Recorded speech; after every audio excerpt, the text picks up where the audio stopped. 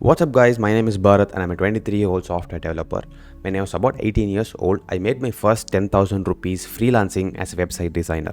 So in this video, I wanted to make sure that I can share you guys my tips and the tricks that I've learned over the last 5 to 6 years freelancing and how you can make your first 10,000 rupees by freelancing as a developer in your college.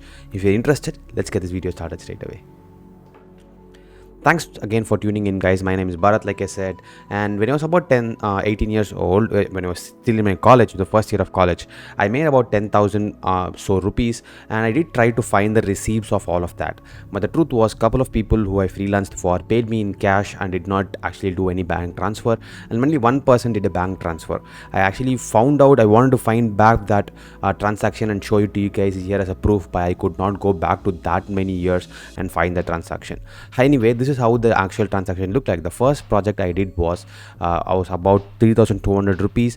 The second one I did, I actually raised my money and I got paid 3,300, and finally I got about 3,500. So in total it came to about 10,000 to 10,200, and I reinvested the money back into my laptop, upgraded my specs, and continued that journey again. So in total for the first year of my college, I did 3 full projects and I got 10,000 a whole year.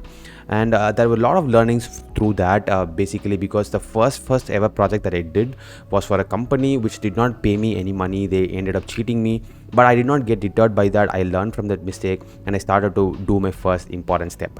So the first important step which you guys have to know is that make sure that you have a marketable skill and also have a good portfolio. Now, when I actually was approached by a company to do some kind of freelance work for them, I did not learn or understand what the project was. Rather, I jumped straight into the project. When they told me that they're going to pay me about 2,500 rupees, and I was in college back then, it was a very big money for me. So I said, okay, let's get started. I did not get to understand what the project was. I did not get to understand what they were requiring, and even did not get into any kind of a proper deal with them or any kind of agreement with them. I started my work. I spent about 1 month on it and I delivered the project. They asked for multiple revisions. I gave the multiple revisions, but at the end of the day, at the end of the month, they said that they were not satisfied and they did not pay me any money and they left. So that was a very bitter experience to start with, but that made me ensure that I actually had to have always some kind of an agreement at the before, and also make sure that I have a good marketable skill.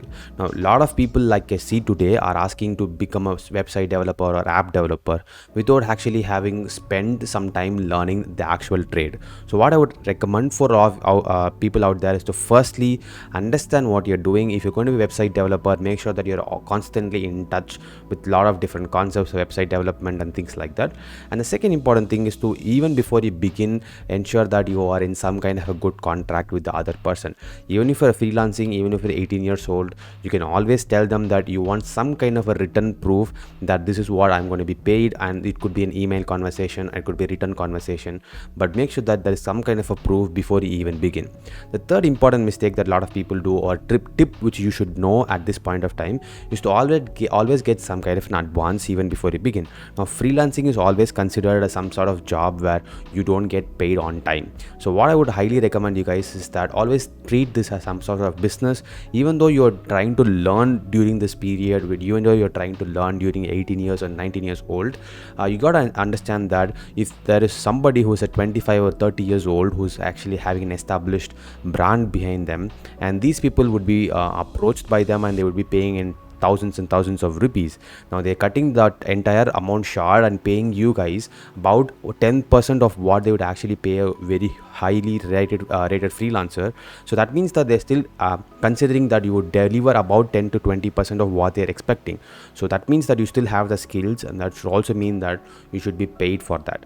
So I would highly recommend you guys to go start a conversation, not in terms of money, but rather start a conversation in terms of having to go forward with an idea by only after getting some kind of an advance. Alright, so 3 important tips related to money. I want to now move to the 4th tip, which is to actually ensure that you always have a better plan. Now when I was starting to become a website developer, there was this high trend of this model kind of a view on the UI. So every page that you looked into would have like an open call for action right at the start of the page, and as you scroll down there will be like team introduction and things like that. Now what I felt was that this was not very good. I kept doing this again and again. So I wanted to change the way that I wanted to show this UI to my client, and I made a very huge mistake there. I wanted to reinvent the wheel right from scratch, and I spent about 1 month just trying to build a very basic UI. And by the end of the 1 month, the person who paid me about 1500 rupees as an advance kept asking for some kind of an output, and I could not deliver it to them.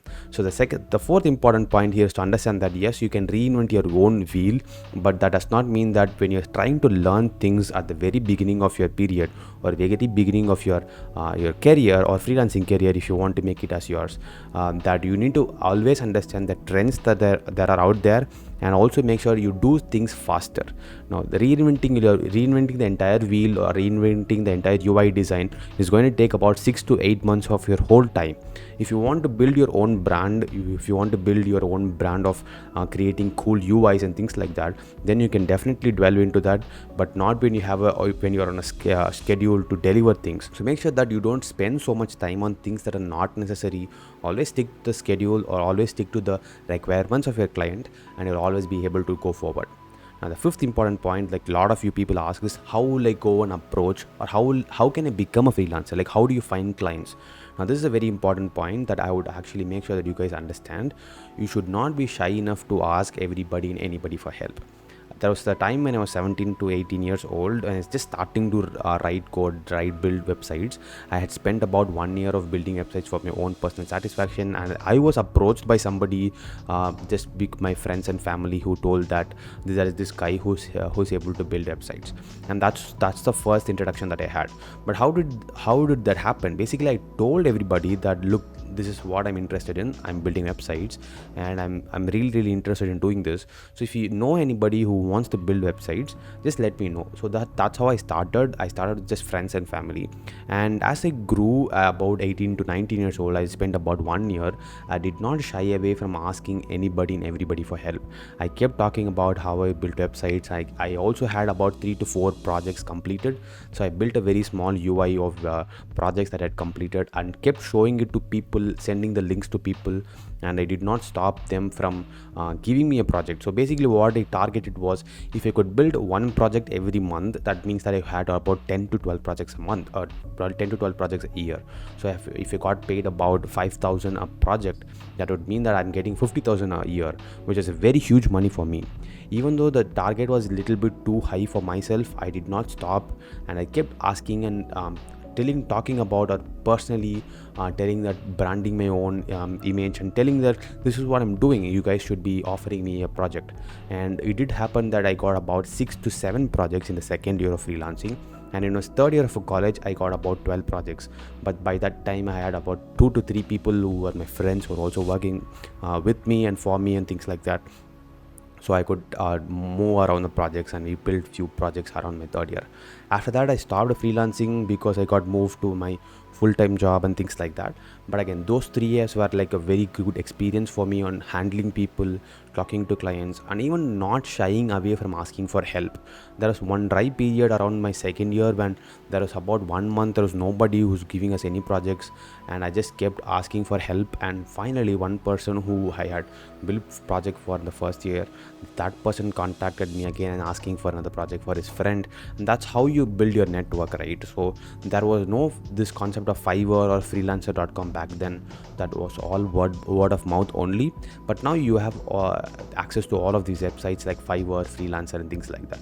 Now, patience is very important, and also making sure you have good quality things to showcase is also very important. But most importantly, you should start somewhere. You should not shy away from the fact that you may not be good at this, you may be bad at this, and stop yourself. So always start somewhere and keep moving from there. And I hope, guys, this video is helpful for all of you.